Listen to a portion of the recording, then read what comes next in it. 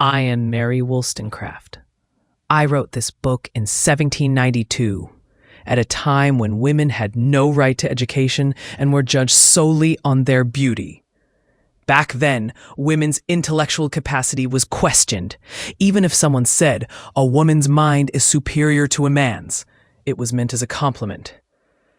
The central thesis of my book is this: women are rational beings just like men and should have an equal right to education. This may seem simple, but it was a revolutionary idea for that time. Society told us women should be beautiful, gentle, and please their men. But I shouted women should think, learn, and stand on their own 2 feet. Why? Because I saw that women who were left uneducated, they made slaves dependent on men. Their minds did not develop, they focused on adornment. They could not make decisions on their own, they constantly needed a protector. Women, by their very nature, like children, become obedient because they fear punishment or ridicule. That is why I wrote this book, to break that fear, so that women can think without fear, speak without fear, exist without fear. The role society assigned to women was the biggest obstacle to their education. Women were expected to be only charming and obedient. An intellectually strong woman was seen as a threat. Women's education was designed to make them more attractive, to adorn their bodies, not their minds. That was precisely the problem. The education system taught women how to look more beautiful, how to behave more gracefully, how to make their men happy. But it never taught them how to think independently, how to reason critically, how to build their own lives. From an early age, women were raised as princesses waiting for their prince. Their education served this fantasy. They learned music, but not to become composers, but to entertain men by singing. They learned to paint, but not to become artists, but to decorate their homes. Yet true education should have liberated women. It should have taught them to stand on their own 2 feet, to provide for themselves, to make their own decisions. Women's minds do not develop healthily because they are forced to be weak and dependent. To break this vicious cycle, we first needed to change the education system. An education that truly taught women to be human. The institution of marriage was generally seen as a means of economic security for women. I, however, believed it needed to be redefined on the basis of mutual respect and intellectual equality. Women are seen as beautiful, rational beings created for men's pleasure. I reject this view. A woman is not a being that exists solely to please her man. Marriage should not be a master-slave relationship, but the union of 2 equal partners. As for motherhood, women were left uneducated about raising children, then expected to rely on their natural instincts. What a huge contradiction. A mother, how will she teach her child to reason? How will she instill moral values in them? How will she teach them to stand on their own 2 feet? If the mother does not know these things, how can she teach them to her child? This is why women's education is vital, not only for themselves, but also for future generations. When a woman tries to rule with the power of her beauty, revenge is the law of nature. Beauty is fleeting. Intelligence and character are permanent. Women should develop their lasting virtues rather than relying on their temporary beauty. A true mother should teach her child freedom, not dependence.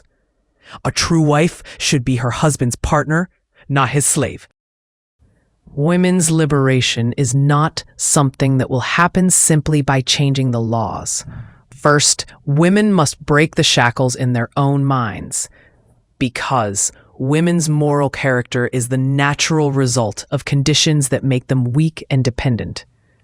From an early age, women are conditioned to be passive, be dependent, behave emotionally, value their beauty.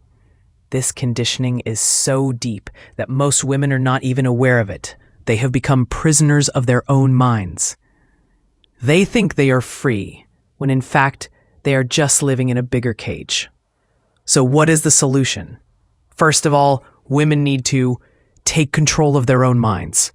They should not be afraid to think, question, or criticize. 2. Achieve economic independence. They should not be dependent on men to earn money.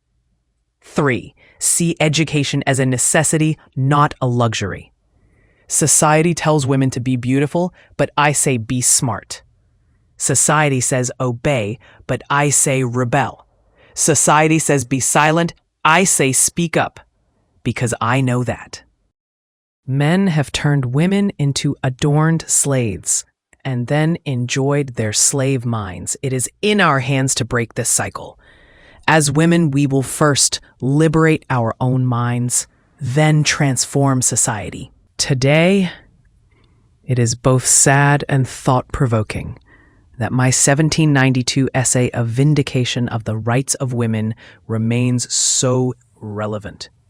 Many of the ideas I defended at that time are still subjects of struggle in modern society.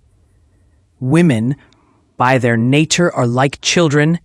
They are obedient because they fear punishment or ridicule. Unfortunately, this statement still holds true today. Women are still forced to behave obediently.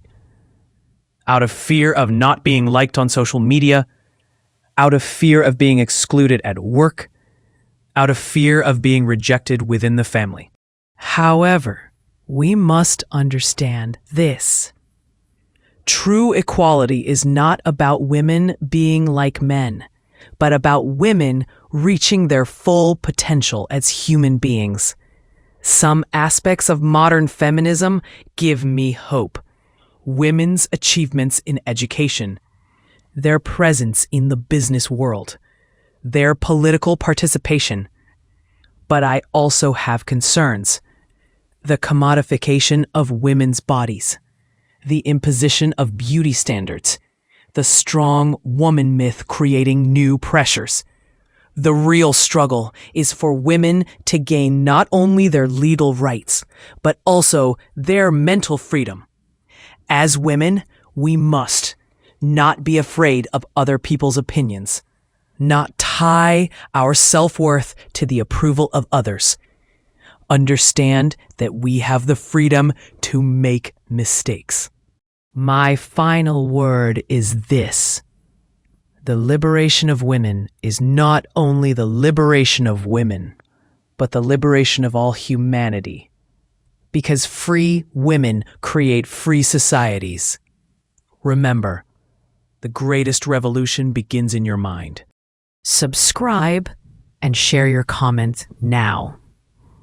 I'm sure you'll be good if you listen to me and think carefully. See you at the next part.